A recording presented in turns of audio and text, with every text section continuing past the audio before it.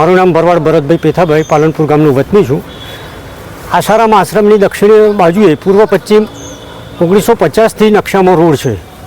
આ રોડ કાચો રસ્તો હતો. એમાં મુખ્યમંત્રી ગ્રામ સડક યોજનામાં 2018-19માં મુખ્યમંત્રી ગ્રામ સડક યોજનામાં આ રસ્તો મંજૂર થયેલો. આ રસ્તો બનાવવા માટે સરકારે કામગીરીની ચાલુ કરી. તો એ સમયે બાજુના સર્વે નંબરવાળા જૂનો સર્વે નંબર 101, નવો સર્વે નંબર 165 પૈકીના માલિકોએ વધો દર્શાવ્યો. વધો દર્શાવ્યા બાદ કામ અટકી ગયું. કામ અટક્યા પછી વિવિધ રીતે રેવન્યુ પ્રક્રિયા રાહે એ મામલતદારમાં કેસ થયો. મામલતદાર સાહેબે સ્થળ તપાસ કરી. સ્થળ તપાસ કરીને એમણે હુકમ કર્યો. ત્યાર પછી આ લોકો નારાજ થયા જૂના સર્વે નંબરોવાળા, એટલે એમણે વધુ ઉઠાવ્યો પ્રાંતમાં મામલતદારનો હુકમ યથાવત રાખ્યો પ્રાંતે. ત્યારબાદ રોડનું કામ પોલીસ બંદોબસ્ત સાથે શરૂ કર્યું. એવું 2 વાર આ લોકોએ હુમલો કરી કામ બંધ અટકાયેલું.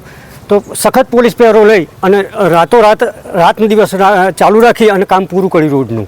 ત્યારબાદ રોડ બન્યા પછી બીજા દિવસે પોલીસ પ્રોટેક્શન હટી જતો આ રસ્તો લાકડો નાખી કોટાળા તાડની વાડના કોટા નાખી અને રસ્તો ગોળી નાખીને રસ્તો બંધ કરેલી છે. અને અમે ત્યાંથી નીકળવાની તૈયારી 10 તારીખે હું નીકળ્યો હતો ત્યારે મારી ફેટ પકડી હતી અને મારા સાથે મગજમારી કરી હતી. એ મેં અરજી પોલીસ બંદોબસ્તમાં આપેલી છે. અને આ તે પથ્થર મારો કરેલો પથ્થરાએ નાખેલા છે ત્યાં હાલમાં. કોને કરી દો બધું? આમાં 165 સર્વે નંબરના માલિકો.